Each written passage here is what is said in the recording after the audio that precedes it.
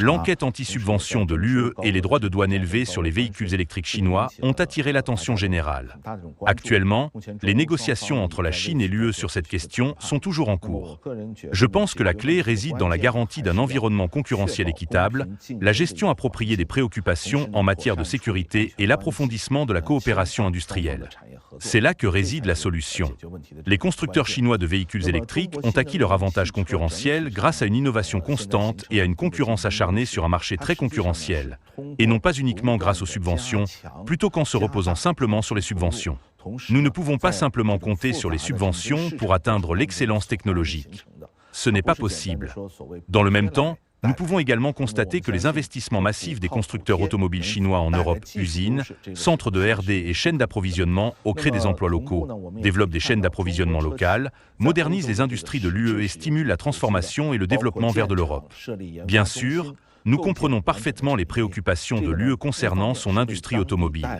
Le président de l'Association des constructeurs automobiles européens, également président du groupe Mercedes-Benz, Ola Källenius, et le président de BMW, Oliver Zipse, ont à plusieurs reprises souligné que les droits de douane protectionnistes sont contre-productifs, tandis qu'une concurrence saine de la part de la Chine peut en réalité aider l'industrie automobile européenne à s'engager sur la voie d'une croissance solide. L'innovation peut en effet stimuler le développement industriel.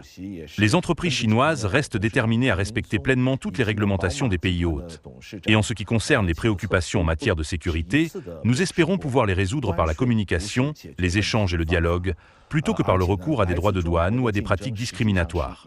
La semaine dernière, le groupe de travail automobile de notre Chambre a mené des discussions approfondies avec Maro Sefcovic, commissaire chargé du commerce et de la sécurité économique, et Bernd Lange, président de la Commission du commerce international du Parlement européen. Ces discussions franches et constructives ont permis d'échanger pleinement nos points de vue sur la manière dont la Chine et l'Europe peuvent mieux promouvoir le développement de l'industrie automobile en Europe. Je pense que c'est une très bonne voie à suivre, car elle peut mettre en lumière les moyens qui permettent aux deux parties de parvenir à un développement commun, au bénéfice des consommateurs et du développement industriel de nos deux parties.